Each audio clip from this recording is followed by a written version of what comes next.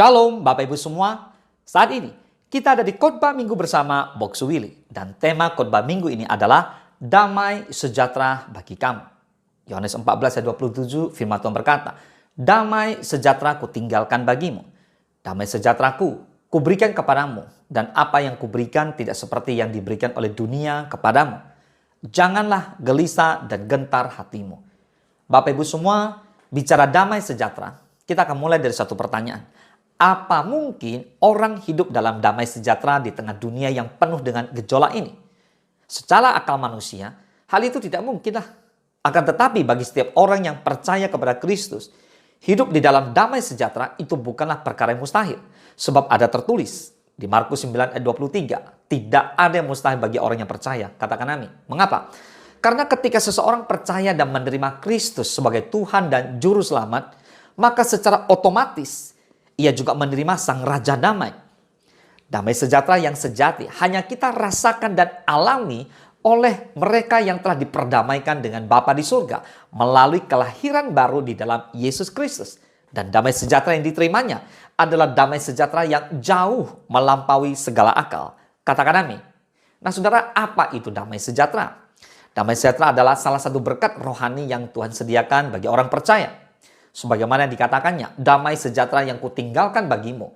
Damai sejahteraku itu dikatakan kuberikan kepadamu dan apa yang kuberikan tidak seperti yang diberikan oleh dunia kepadamu. Mengapa? Karena dunia hanya berkata-kata kosong. Mengapa? Sepertinya kita merasa damai, padahal itu hanya sementara. Tetapi bersama Yesus, di mana damai sejahtera diberikan oleh Tuhan kita Yesus Kristus adalah damai sejahtera yang kekal. So jangan gelisah, jangan gentar hati saudara dan saya. Amin. Damai sejahtera yang Tuhan berikan itu tak terpengaruh oleh situasi dan kondisi. Sebab biarpun gunung-gunung beranjak, bukit-bukit bergoyang, tetapi kasih Tuhan, kasih setia Tuhan tidak akan beranjak daripada saudara dan saya. Dan perjanjian damai Tuhan tidak akan bergoyang. Itu firman Tuhan yang mengasihi saudara dan saya. Tertulis di Yesaya 54 ayat 10. So, Kristus kembali menguatkan dengan dikatakan di Yohanes 16 ayat ke-33. Semuanya itu kukatakan kepadamu supaya kamu beroleh damai sejahtera dalam aku. Dalam dunia kamu menderita penganiayaan. Tetapi kuatkanlah hatimu, aku telah mengalahkan dunia. So, Yesus sudah mengalahkan dunia. Yesus mati, Yesus bangkit pada hari yang ketiga.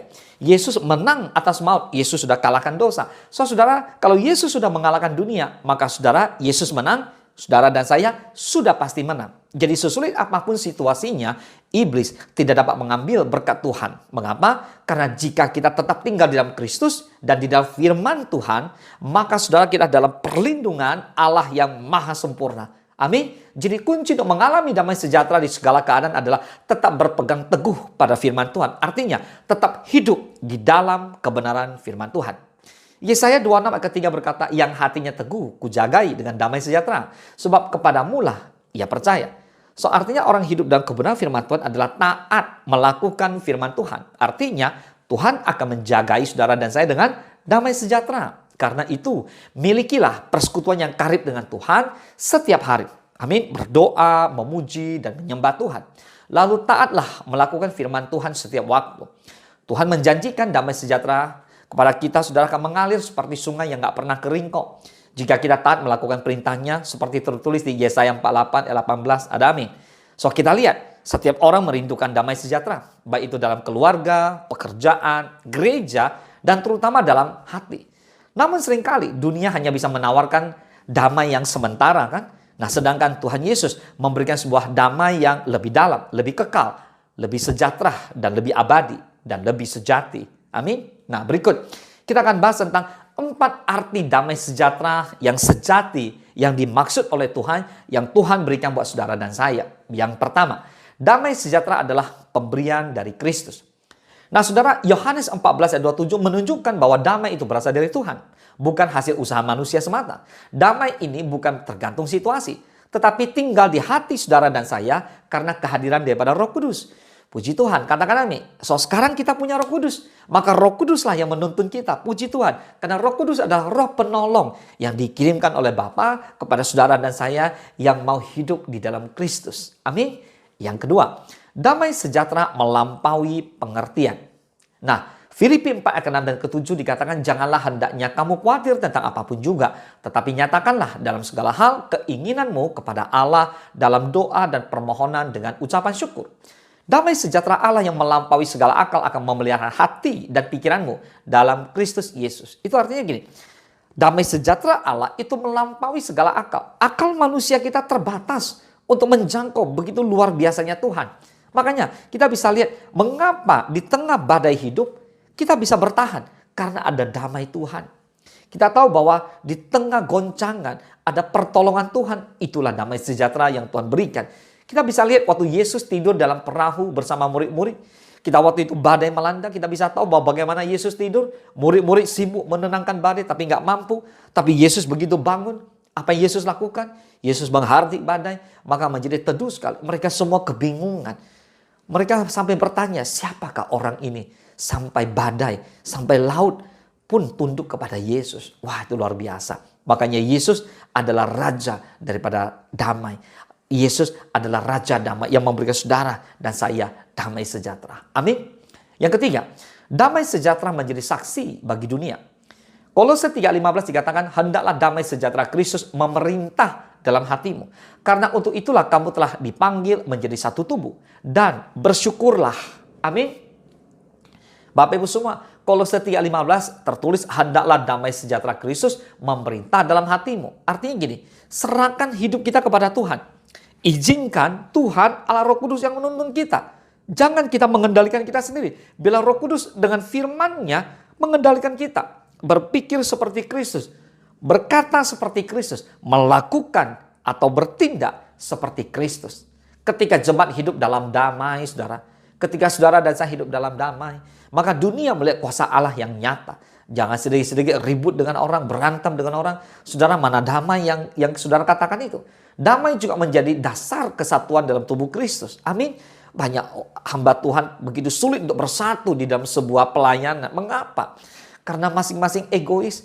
Mereka jelas tidak hidup di dalam kasih Kristus. Kalau saudara kita hidup dalam kasih Kristus, maka pasti ada buah-buah roh, yaitu damai sejahtera itu. Maka saudara dan saya akan izinkan damai itu memimpin kita. Sehingga kita bisa berkolaborasi, bisa bekerja sama dengan siapapun.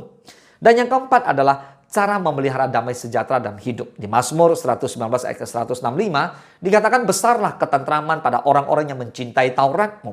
Tidak ada batu sandungan bagi mereka. Wow, luar biasa. Artinya apa saudara? Bila Tuhan yang memimpin kita, amin, lewat firman. Tentu harus kita cinta firman lah. So, bagaimana supaya kita bisa pelihara damai sejahtera? Yang pertama adalah hidup dalam doa dan firman Tuhan. Amin. Yang kedua adalah menjaga hati. Ya, daripada kepahitan dan dendam. Jangan lagi pahit dengan siapapun. Jangan pernah ada dendam dengan siapapun.